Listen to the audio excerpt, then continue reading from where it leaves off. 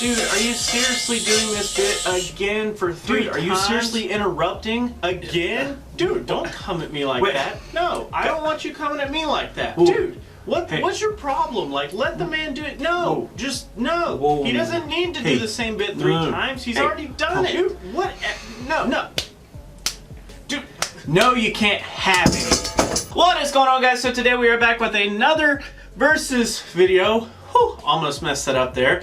So diving deeper into the Jungle Cup, if you consider a versus video another form of a deep dive. So anyways, so today we're actually going to be going over Noctowl and Pidgeot.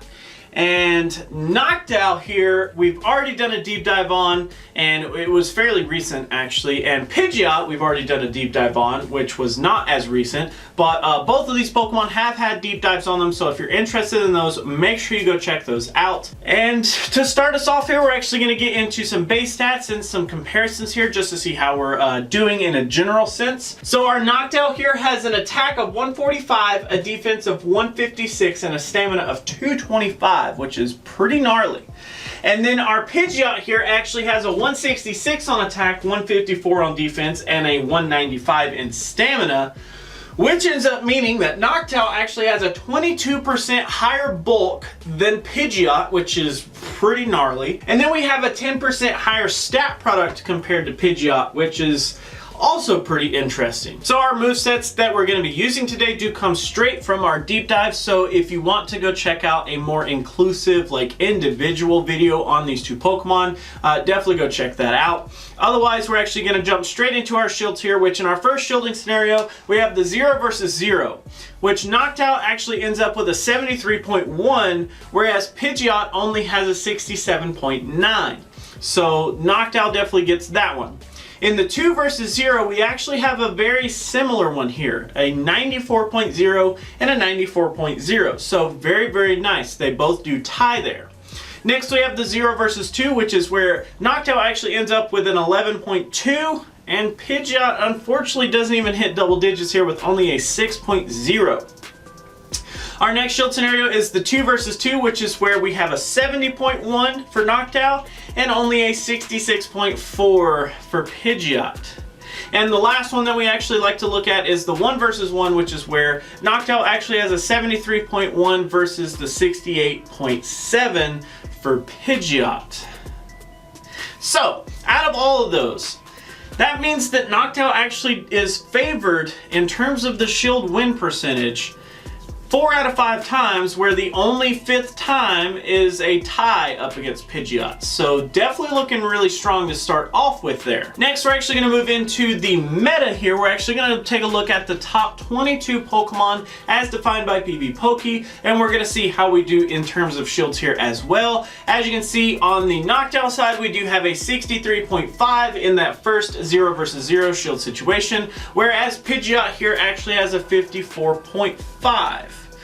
So definitely got to give more credit to Noctowl here. Now this one's different from before. We had a tie in the 2 versus 0. Here we actually have a 90.9 for Noctowl with a 72.7 for Pidgeot. Next we move into our 0 versus 2, which interestingly, just like our versus video yesterday, here's where the underdog does take a shield situation here. Noctowl ends up with a 4.5%, yes, 4.5, whereas Pidgeot actually has a 9.1, so we do very much better as Pidgeot compared to Noctowl there. Then we have the 2 versus 2, which is where we actually end up tying here, a 59.1 and a 59.1, so not too shabby.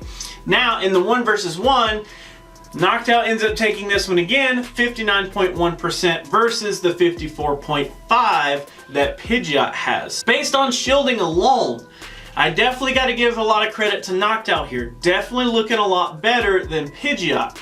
But as usual, these kind of things warrant a spreadsheet. So just like yesterday, we're actually going to start with our cup, like our entire cup. And also just like yesterday, if you're interested in this spreadsheet, it is going to be linked down in the comments.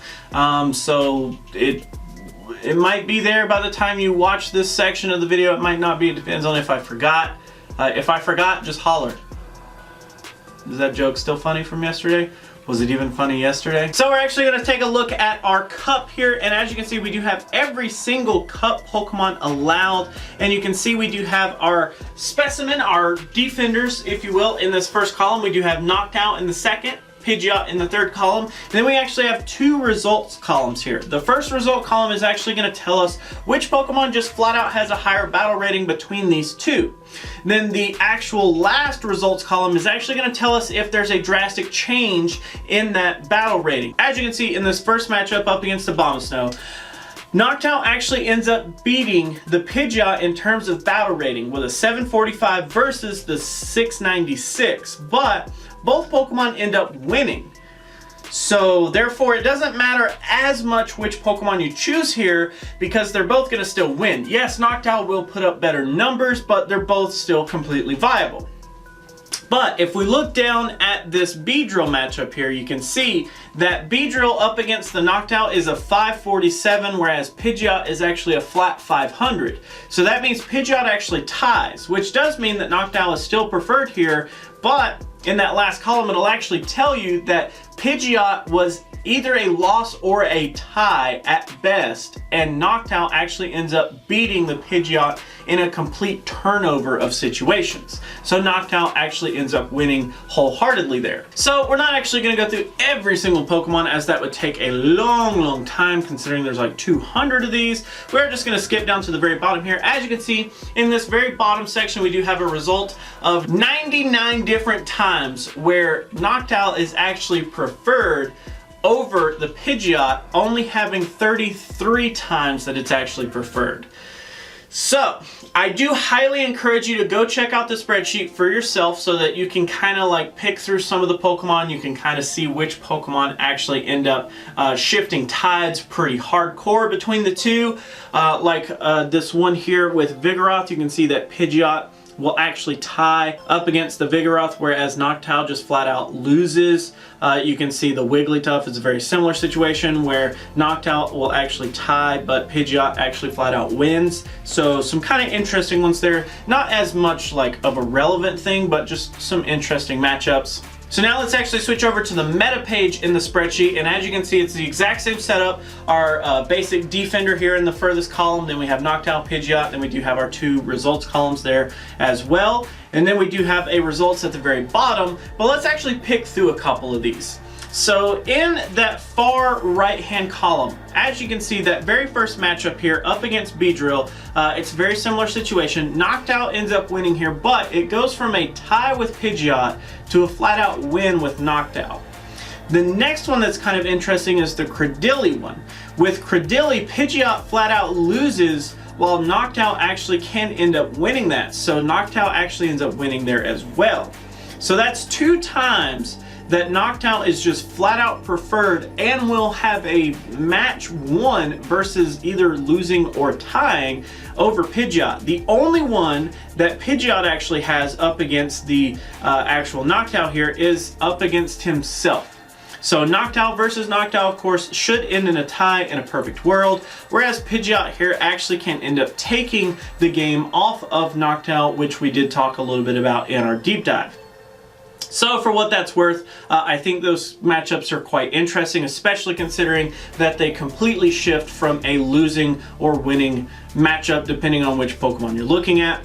Of course, I do also want to point out here, Noctowl actually has 15 times that he's just flat out preferred over Pidgeot compared to 7 times that Pidgeot is flat out preferred over Noctowl. So that is actually a lot of information to process. Like I said, definitely go check out the spreadsheet. I think you will enjoy looking through some of those numbers if you're a numbers guy like me. After doing this deep dive, I was kind of already expecting the result here, but I definitely do feel like Noctowl is way better. Not in terms of like, holy cow, I would hate to have Pidgeot on my team, I have to have Noctowl. It's not like that, but Noctowl definitely does put up a lot more solid numbers rather than Pidgeot only putting up a couple of like interesting numbers here and there. Especially beating Noctowl at his own game is quite interesting, but outside of that, I say Noctowl probably is going to be the more preferred pick between the two if you are seriously contemplating one over the other.